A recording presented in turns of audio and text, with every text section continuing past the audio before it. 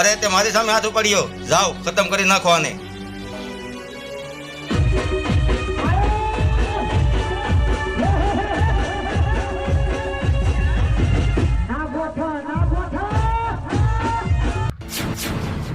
અરે ઓય રોકાઈ જાવ, નહીતર કઈને જીવતો નહીં રહેવા દઉં.